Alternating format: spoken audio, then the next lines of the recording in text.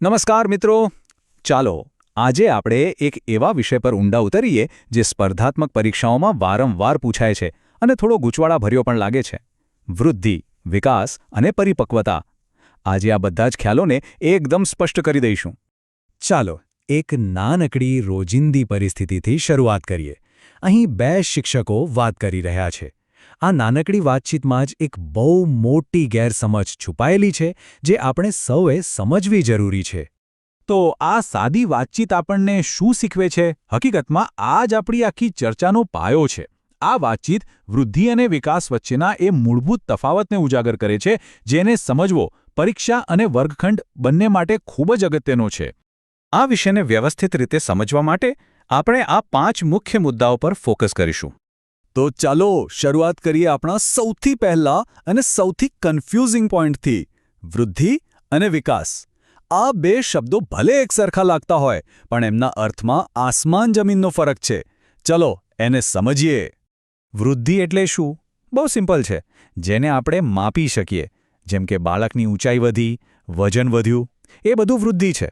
ફ્રેન્કે કહ્યું જ છે કે આ કોષીય ગુણાકાર છે, એટલે કે બસ શરીરના કોષો વધી રહ્યા છે. પણ વિકાસ એ આના કરતાં ઘણો મોટો કોન્સેપ્ટ છે. એમાં માત્ર શરીર નહીં પણ આપણું મન, આપણી લાગણીઓ, આપણા સામાજિક સંબંધો બધું જ આવી જાય. અને મજાની વાત તો એ છે કે આ પ્રક્રિયા માતાના ગર્ભથી શરૂ થાય છે અને જીવનભર ચાલે છે. અને હવે ત્રીજો શબ્દ, પરિપક્વતા. અને તમે એક પ્રકારની કુદરતી તૈયારી કહી શકો. જેમ કે બાળક ચાલતા ત્યારે જ શીખશે જ્યારે એના પગના સ્નાયુઓ એટલા મજબૂત થઈ ગયા હોય. આ જૈવિક તૈયારી જ પરિપક્વતા છે. જુઓ, આ ટેબલ તો બરાબર મગજમાં બેસાડી દેજો.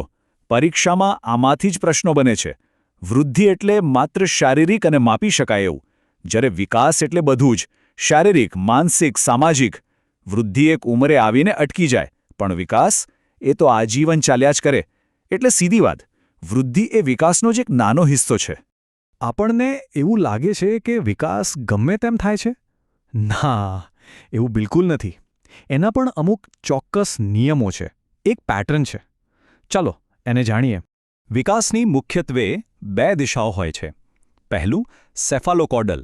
ભારે શબ્દ છે પણ મતલબ સિમ્પલ છે, માથાથી પગ તરફ. એટલે જ બાળક પહેલાં પોતાનું માથું સ્થિર કરતા શીખે છે અને પછી ધીમે ધીમે નીચેના અંગો પર કાબૂ મેળવે છે. અને બીજું છે પ્રોક્સિમોડિસ્ટલ, એટલે કે કેન્દ્રથી બહાર તરફ. શરીરના મધ્ય ભાગો જેમ કે ધડ, એનો વિકાસ પહેલાં થાય અને પછી હાથપગની આંગળીઓનો. આ સિવાય પણ બીજા કેટલાક નિયમો છે જે યાદ રાખવા જેવા છે. જેમ કે વિકાસ સતત ચાલે છે અને એક ચોક્કસ ક્રમમાં થાય છે. અને હા, એ હંમેશા સામાન્યથી વિશિષ્ટ તરફ જાય છે. દાખલા તરીકે બાળક પહેલાં આખા હાથથી વસ્તુ પકડે અને પછી આંગળીઓનો ઉપયોગ કરવાનું શીખે. અને સૌથી અગત્યનું, દરેક બાળકની વિકાસની સ્પીડ અલગ અલગ હોય છે. ચાલો હવે જોઈએ કે જીવનના અલગ અલગ તબક્કામાં આ વિકાસ કેવો દેખાય છે અને એની ખાસિયતો શું છે. દરેક સ્ટેજની પોતાની ખાસ ઓળખ છે. શૈશવાવસ્થા, જેમાં શરીરનો ગ્રોથ સૌથી ફાસ્ટ હોય છે. પૂર્વ બાલ્યાવસ્થા, જેને આપણે ભાષા વિકાસ અને જિજ્ઞાસાનો કાળ કહીએ છીએ. પછી આવે ઉત્તર બાલ્યાવસ્થા, જેને ગેંગ એજ પણ કહેવાય છે, કારણ કે મિત્રો અહીં બહુ મહત્ત્વના બની જાય છે. અને છેલ્લે તરુણાવસ્થા, જેને તોફાન અને તણાવનો સમયગાળો કહેવાય છે, જ્યાં ઓળખનો સંઘર્ષ ચાલે છે. અને જુઓ, આ આંકડો ફરીથી એ જ વાત પાક્કી કરે છે. લગભગ 18-19 વર્ષની આસપાસ શારીરિક વૃદ્ધિ મોટાભાગે પૂરી થઈ જાય છે. પણ યાદ શું રાખવાનું છે? વિકાસ એ ક્યારે અટકતો નથી, એ જીવનભર ચાલુ રહે છે. વિકાસને સમજાવવા માટે ઘણા મનોવૈજ્ઞાનિકોએ પોતાના સિદ્ધાંતો આપ્યા છે. ચાલો આ ફિલ્ડના કેટલાક મહારથીઓ અને તેમની મુખ્ય વાતો પર એક નજર નાખીએ. આ ટેબલ પરીક્ષા માટે ખૂબ જ કામનું છે, એટલે ધ્યાનથી જોઈ લઈએ. જીન પિયાજે જ્ઞાનાત્મક વિકાસ, એટલે કે બાળકો વિચારે છે કેવી રીતે, એના પર ફોકસ કર્યો. કોહલબર્ગે નૈતિક વિકાસની વાત કરી. એરિક્સને મનોસામાજિક વિકાસ સમજાવ્યો અને સિગમન્ડ ફ્રોઇડે મનોજાતીય વિકાસનો સિદ્ધાંત આપ્યો. બસ આટલા જોડકા યાદ રાખવાના છે. આપણે અત્યાર સુધી જે પણ સમજ્યા એ બધું આપણને મનોવિજ્ઞાનના એક સૌથી મોટા અને જૂના સવાલ પર લાવીને ઊભું રાખે છે. સવાલ એ છે કે આપણો વિકાસ કોના હાથમાં છે? શું એ આપણા જીન્સ નક્કી કરે છે કે આપણું વાતાવરણ?